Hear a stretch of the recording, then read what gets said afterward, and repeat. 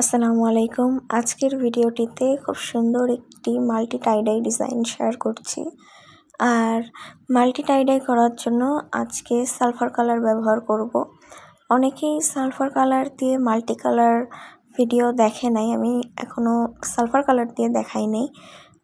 Fat colour দিয়ে আমি share করেছিলাম, তো আজকে দেখাবো সালফার দিয়ে কীভাবে কাজটা করে। আর এখানে আমি 4 ভাঁজে কাপড়টা নিয়ে নিয়েছি, সাধারণভাবেই 4টা ভাঁজ করেছি। এমন কোনো পাখা ভাঁজ দেই নাই, নর্মালি ভাঁজ করে আমি এখানে সাইন পেন দিয়ে আগে এঁকে নিচ্ছি আমি যেমন চাচ্ছি। এখানে আমি আমার মন মতো করেই ডিজাইনটা করি। আর এটা সাধারণ সাইন পেন, এটা পানি লাগলেই উঠে যাবে। আমি প্রথমে নীল কালার সাইন পেন নিয়েছিলাম, কিন্তু এটাতে কালি ছিল না। তারপর আমি লালটা দিয়ে আমার মন মতো যেই রকম হয়েছে আমি সেভাবে এঁকে নিচ্ছিলাম। আর একটার এক এক রকম প্যাটার্ন দিয়েছি। যখন একবারে এঁকে নিব বা আপনার কাছে কোনো ফর্মা থাকলে আপনি ফর্মা দিয়ে এঁকে নিতে পারেন। আঁকার পরে আমি এখানে সেলাই করে নিচ্ছি। এটা সাধারণ কাঁথা সেলাই, দেখতে পাচ্ছেন আমি কিভাবে সেলাইটা করছি। সেলাইটা কিন্তু আপনার নিজের ওপরে ডিপেন্ড করে, আপনি ছোট করে দিবেন না বড় করে দিবেন। ডিজাইনটা আপনার মাথায় রাখতে হবে যে আমি বড় ডিজাইন চাইলে আমাকে বড় বড় ফোর দিতে হবে, আর ছোট ডিজাইন চাইলে ছোট ছোট ফোর দিতে হবে। আমি সবসময় ছোট ছোট ফোর দেই, বেশি বড় সেলাই করতে পছন্দ করি না। আর আমি এখানে 9 তার সুতা ব্যবহার করছি 4 গুণা নিয়ে। আর আমি এখানে অন্য কোনো সুই ব্যবহার করি না, যেটা কাঁথা সেলাইয়ের সুই সেটা দিয়েই সেলাই করি। এখানে দেখতে পাচ্ছেন আমি এক একটা কিন্তু এক একভাবে সেলাই করেছি। আপনি চাইলে একটা সেলাই দিয়েই রং করার পর পেঁচিয়ে নিতে পারেন, কিন্তু আমি এখানে 3টা থেকে 4টা করে সেলাই দিয়ে দিব এক একটা জায়গা বুঝে। আমার যেই পাতা যতটুকু আমি সেই হিসেব করেই দিচ্ছি। ডাবল সেলাই বা 4টা 5টা সেলাই শুধুই আমি পাপড়িতে দিয়েছি, মানে পাতার পাপড়িতে। আর ফুলগুলোকে আমি একটা করেই সেলাই দিয়েছি। এভাবে করে আমি ডিজাইনটা তৈরি করেছি। কাপড়টা প্রথমে কিন্তু আমার এই কাপড়টা কিন্তু একদম নরম কাপড়, তারপরেও আমি এটাকে ওয়াশ করে নিয়েছিলাম। আর নরম কাপড়ে সাধারণত সাবধানতার সাথে কাজ করতে হয়, না হলে রং কিন্তু ভেতরে ঢুকে যাওয়ার একটা সম্ভাবনা থেকে যায়। আমার এরকম 1টা 2টা কাপড়ে হয়েছে যে রং একদম ভেতরে ঢুকে গেছে। তো আপনারাও যখন পাতলা কাপড় নিয়ে কাজ করবেন তখন এই জায়গাটা একদম সাবধানে কাজ করার চেষ্টা করবেন। আর এখানে দেখতে পাচ্ছেন আমি কীভাবে সেলাইটা করে নিচ্ছি। আপনারা চাইলে এইভাবে সেলাইটা করতে পারেন আমি যেভাবে করছি। আর সেলাইয়ের সবসময় মনে রাখবেন যে একটা মাথা দিয়ে সেলাই করতে হবে। একটা মাথা দিয়ে কোনো মাথা দিয়ে সেলাই করতে গেলে সব কাজ কিন্তু সুন্দর হবে। আর এখন আমি রঙে চলে যাচ্ছি। আমার আগেই 3টা 4টা কালার বানানো ছিল, 3টা কালার আমি বানিয়ে নিয়েছিলাম। আর পরবর্তীতে আমি আরেকটা কালার বানিয়ে নিচ্ছি। আমি সাথে আরও কাজ করেছিলাম, তো ওইখান থেকেই আমি অল্প অল্প রং রেখে দিয়েছি। এর ফলে আমার রংটা কিন্তু বাড়তি অপচয় হয় না। আপনারাও এইভাবে করতে পারেন। এখানে আমি গরম পানি নিচ্ছি এবং প্রত্যেকটা যেহেতু আমি একটু একটু আগে বানিয়ে রেখেছিলাম, তো প্রত্যেকটাতেই আমি অল্প করে গরম পানি দিয়ে নিয়েছি, অল্প অল্প করে। আমার রংটা এর ফলে গরম হয়ে গেল। ঠান্ডা রং দিয়েও কাজ করা যায়, সেটা কোনো সমস্যা না। আমি এখানে হলুদ রংটা বানাবো, তো হলুদ রং বানানোর জন্য আমি প্রথমে গরম সোডা নিলাম 1 চামচ, আর রঙও আমি 1 চামচ দেব। হলুদ রং যখন আপনারা বানাবেন অবশ্যই রঙের পরিমাণ বাড়িয়ে দিবেন, না হলে কিন্তু রংটা ঠিকমতো হয় না। আর রংটা সবসময় বাড়িয়ে দেওয়ার চেষ্টা করবেন যখনই আমরা কোনো মাল্টি কালার অথবা মোমবাটিক করি, সেই ক্ষেত্রে আমাদের রঙের পরিমাণটা একটু বেশি দেওয়া উচিত, তখন আমাদের কাজটা কিন্তু সুন্দর হয়। আর প্রত্যেকটার জন্য আলাদা আলাদা তুলি রাখবেন, আলাদা আলাদা তুলি না রাখলে আমাদের রঙটা কিন্তু কালার চেঞ্জ হয়ে যাবে। হলুদ রঙের জন্য অবশ্যই আলাদা তুলি রাখবেন, অন্যথা আপনি তুলি বারবার একই তুলি দিয়েও করতে পারেন ওয়াশ করে করে। এখানে কিন্তু আমি প্রথমে হলুদ রঙটা দিয়েছি, আর এটা চেপে চেপে দিতে হবে। যেহেতু আমার এখানে 4 ভাঁজে কাপড় আছে, আমার যেন 4 ভাঁজেই কাপড়ের রঙটা যায়, তার জন্য আমি বারবার করে রং দিয়েছি যেন আমার রঙটা কম না হয়। এখানে আপনাদের চিন্তার কোনো কারণ নেই যে আমার সেলাইয়ের বাইরে রঙটা যাচ্ছে, যেহেতু আমি এখানে ফাইন গাম ব্যবহার করি নাই, তার জন্য আমার বাইরে রঙটা যাবে, এতে কোনো সমস্যা নাই। আমি যখন এর উপর দিয়ে অন্য কালারটা করতে যাব রঙটা কিন্তু আমার ঢেকে যাবে, যতটুকুতে আমার বাতা থাকবে ততটুকুই আমার রং থাকবে আর বাকিগুলোর কিন্তু রং চলে যাবে। যদি আমরা এখানে ফাইন গাম ব্যবহার করি তাহলে কিন্তু ফ্যাট কালার দিয়েও পাশের রং ঢাকা যায় না, তাই আমি এখানে ফাইন গাম ব্যবহার করছি না। ফাইন গাম আমি সব রঙে ব্যবহার করি না, কিছু কিছু কাজে আমি ব্যবহার করি আর কিছু কিছুতে করি না। আপনারাও এইসব জিনিস চিন্তা করে করে করবেন যে আমি কেমন ডিজাইনটা করব, কেমন কাজ দিব। আমার এখানে হলুদ রঙটা নিয়ে একটু চিন্তায় আমি ছিলাম। হলুদ রঙটা খুব দ্রুত নষ্ট হয়ে যায়, অন্য কোনো রঙের আগে হলুদ রঙটা নষ্ট হয়ে যায়, যতই বেশি দেন না কেন কাজ কিন্তু হয় না। তাই হলুদ রং সবসময় নতুন এনে রাখা উচিত। নতুন রং দিয়ে কাজ করতে গেলে আমার এই চিন্তাটা থাকে না। প্রত্যেকটা দেখেন আমি কিন্তু খুব সুন্দর করে লাগিয়ে নিচ্ছি, প্রত্যেকটা আলাদা আলাদা তুলি। একবার আমি ঢেলে ঢেলে দিচ্ছিলাম, এই তুলিটা আসলে পুরনো ছিল, তার জন্য আমার ঢেলে ঢেলে দেওয়াতে বেশি সুবিধা হয়েছে কাজ করতে। আপনারাও চাইলে এরকম করতে পারেন, কিন্তু সাবধানের সাথে করতে হবে যেন আমার কাজটা সুন্দর থাকে, আমার কাজে যেন কোনো ক্ষতি না হয়। আপনার রঙটা কিন্তু যত সুন্দর করে কাপড়ের সাথে ব্লেন্ড করতে পারবেন তত কিন্তু আমার কাজটা অনেক সুন্দর হবে। আর আমার এখানে প্রায় হয়ে গেছে, প্রত্যেকটা আমি দিয়েছি, কিন্তু যে ছোট ছোট আমি রাউন্ড রেখেছি চুনরিগুলো, ওখানে কিন্তু আমি কোনো কালার দেব না, ওটা আমি চাচ্ছি সাদা হবে। তার জন্য আমি শুধু এখানে দাগ দিয়ে রেখেছি যে আমার এখানটা হবে, আর বাকিগুলোতে আমি রং করে নিচ্ছি। দেখেন আমি কিন্তু এক একটা কালারের সাথে আরেকটা মিলিয়ে দিয়েছি। আমি চাচ্ছিলাম যে কিছু পাতা হবে হালকা সবুজ কালার, কিন্তু একদম হালকা সবুজ কালার আসছিল না, তার জন্য কিছুটা ডিপ হয়েছে, কিছুটা লাইট হয়েছে, এরকমই হয়ে গেছে। আর এই কালারটা কিন্তু করার পর অবশ্যই 1 থেকে 2 দিন রেখে দিতে হবে রোদ্রে। 1 থেকে 2 দিন রাখার পর আমার কাপড়টা কিন্তু একদম শুকিয়ে গেছে। তারপর এটা খুব আস্তে আস্তে করে টেনে টেনে বেঁধে নিতে হবে, না হলে কিন্তু আমার কাপড়টা ছিঁড়ে যাওয়ার একটা সম্ভাবনা আছে। আর এটাতে কিন্তু একটু কষ্টের কাজ, তাই আপনারা আস্তে আস্তে করবেন, সাবধানে করবেন। আমার আঙ্গুল প্রায় কেটে গেছে সুতার টানের জন্য, তো এটাকে খুবই সাবধানে আপনারা টান দিবেন। আমি এখানটা ওরকম বাধা দেই নাই, আপনারা চাইতে গেলে ওপর দিয়ে টাই সুতা দিয়ে আপনারা টাইট করে বেঁধে নিতে পারেন, তার ফলে কিন্তু আপনার মাল্টি কালারটা আরও বেশি হবে। আমি হালকা হালকা দিতে চেয়েছি, তার জন্য আমি হালকা হালকা করে বেঁধেছি। কিন্তু আপনারা যদি এটাই আরও ঘন করে চান যে আপনার রঙের পরিমাণটা আরও বেশি থাকবে, সেই ক্ষেত্রে আপনাকে অবশ্যই টাই সুতা দিয়ে আরও ভালো করে বেঁধে নিতে হবে। আর এখানে কিন্তু সুতা টানতে যে আমার খুব কষ্ট হচ্ছিলো, তার জন্য আমি একটা সাইড থেকে টেনে টেনে আমি নিচ্ছিলাম সুতাটা, আর যেটা যেভাবে পেরেছি ওভাবে বেঁধে দিয়েছি। এখানে আমার একটা ভুল হচ্ছে, আমি এখানে আর টাই সুতা দিয়ে বাঁধি নাই, একদম হালকা হালকা কাজ এসেছে, কিন্তু সুন্দর লাগছিল। আমার কাজটা প্রত্যেকটা সেলাই ধরে ধরে হয়েছে, তার জন্য আমার এই রঙটা অনেক ভালো লাগে। এটা আমি একটা বেবি ফ্রক বানাবো, তার জন্য আমি কাজটা করেছি, কিন্তু কাজটা এত সুন্দর হয়েছে যে আমার নিজেরই বানিয়ে নিতে ইচ্ছা করছে, কিন্তু কাপড় তো কম। আমি পরবর্তীতে আবার এটা বড় করেও বানাবো আমার নিজের জন্য। তো আপনারা এই ডিজাইনগুলোকে অবশ্যই লক্ষ্য করে কাজ করবেন। যারা কাজ শিখতে চান তারা যদি আমাদের টিউটোরিয়ালগুলো ভালো করে লক্ষ্য করেন তাহলে অবশ্যই কাজ শিখতে পারবেন। আমরাও এভাবে আস্তে আস্তে করে প্র্যাকটিস করি।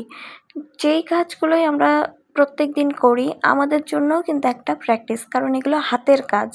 এগুলো হলো আপনার স্কিলের ওপর নির্ভর করবে যে আপনার কাজটা কেমন হবে।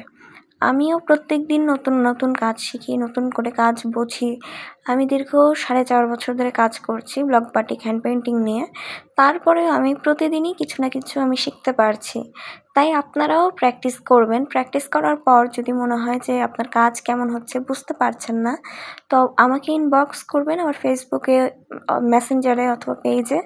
তো আমি ওখানেই বলে দিব কাজ দেখে যে আপনাদের কাজটা কেমন হচ্ছে। তখন আমি প্রশ্ন করতে পারবো। আর সামনে আমাদের নতুন কোর্স শুরু হবে বাটিকের। আপনারা যদি বাটিকের ক্লাস করতে চান তো অবশ্যই ইনবক্স করবেন। আমাদের ক্লাস অনলাইনেই করানো হবে। তো ওখানে আপনারা আপনাদের যত প্রশ্ন আছে ক্লাসে করতে পারবেন। বিস্তারিত আমরা এটা নিয়ে আলোচনা করব। রং পাকা করার আরও অনেক পদ্ধতি আছে, তো সব পদ্ধতি নিয়েই আমরা কিন্তু আলোচনা করব।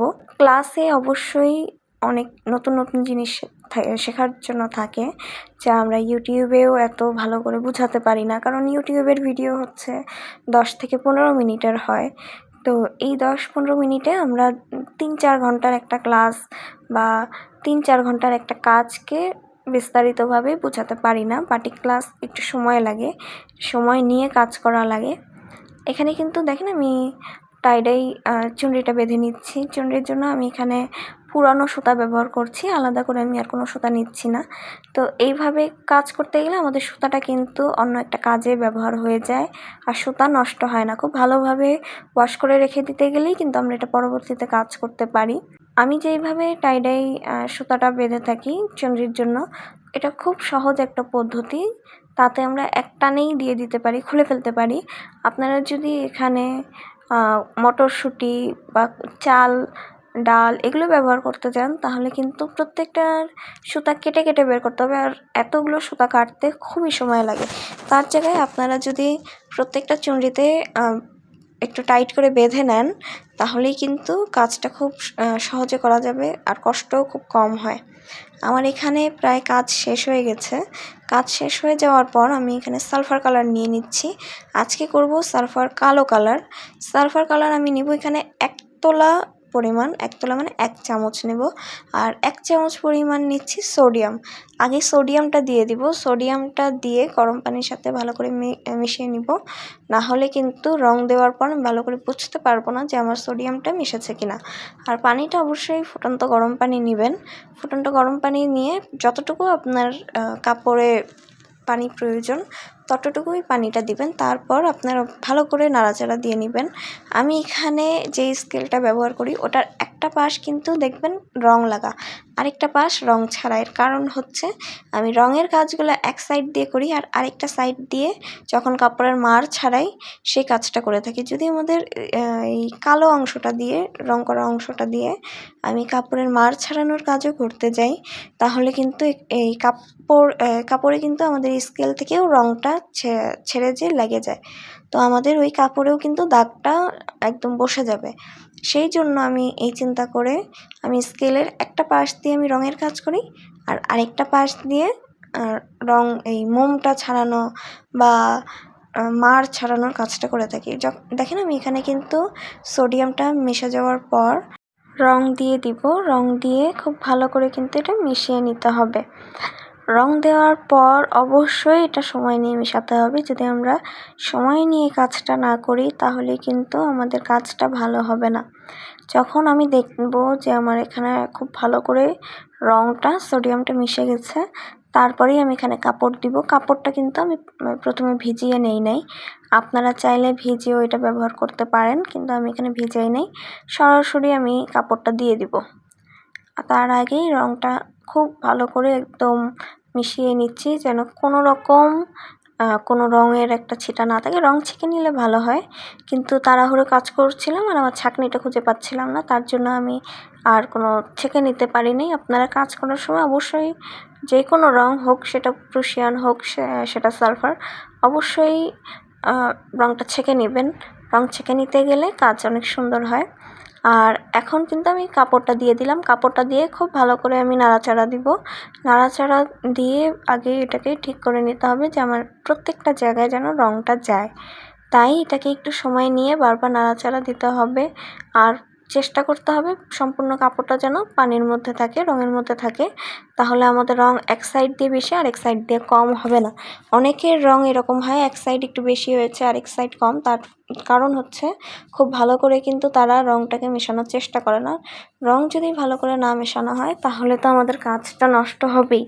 তাই চেষ্টা করবেন খুব ভালো করে সেটা নাড়াচাড়া দিয়ে মিশিয়ে নেওয়ার। আর যেহেতু পানিটা গরম, তার জন্য আমি এখানে হাত দিচ্ছি না, সুন্দর করেই আমি স্কেল দিয়ে নাড়াচাড়া দিয়ে দিচ্ছি। আমি কাঠের স্কেল অথবা খুন্তি ব্যবহার করি, আপনারাও কাঠের ব্যবহার করার চেষ্টা করবেন। রঙের মধ্যে আমি কাপড়টা 20 মিনিট রেখে দিয়েছি, আর পাতিলটা আমি চেঞ্জ করে দিয়েছিলাম যেহেতু আমার অন্য কাজ করব ওটাতে, তাই আমি এখানে একটা পুরনো পাতিলে রেখে দেই। আর কাপড়টা খুব সুন্দর করে কিন্তু আমি ওয়াশ করে নিচ্ছি। এখানে দেখতে পাচ্ছেন যে আমাদের কালো কালারটা কেমন জানি অন্য অন্য কালার হয়ে গেছে, একদম সবুজ সবুজ লাগছে।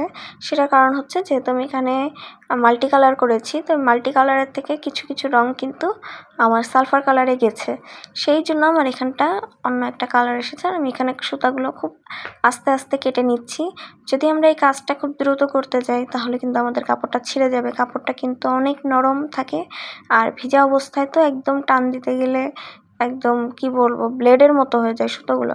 তাই খুবই সাবধানে কাজটা করবেন। এখানে রংটা একদম হালকা মনে হচ্ছে কারণ এই কাপড়টা কিন্তু ভিজা ভিজা অবস্থায় মনে হচ্ছে যে কাজ একদম সুন্দর হয় নাই, কিন্তু যখন এটা শুকিয়ে যায় এত সুন্দর একটা কালার আসে। আমার খুব ভালো লেগেছে এটা। ভিডিও শেষে আপনি দেখতে পারবেন কাজটা কেমন হয়েছে। আমি কিন্তু এখানে প্রত্যেকটা খুবই টাইম নিয়ে নিয়ে খুলেছি, যদিও ভিডিওটার স্পিড অনেক বেশি, কিন্তু এই সম্পূর্ণ কাজ করতে আমার 8 থেকে 9 ঘন্টা লেগেছিল। সেলাই, তারপরে রং লাগানো, একদিন তো রং শুকাতে হয়েছে, তারপরে যে আবার রং করাতে, এটা অনেক সময়ের একটা ব্যাপার।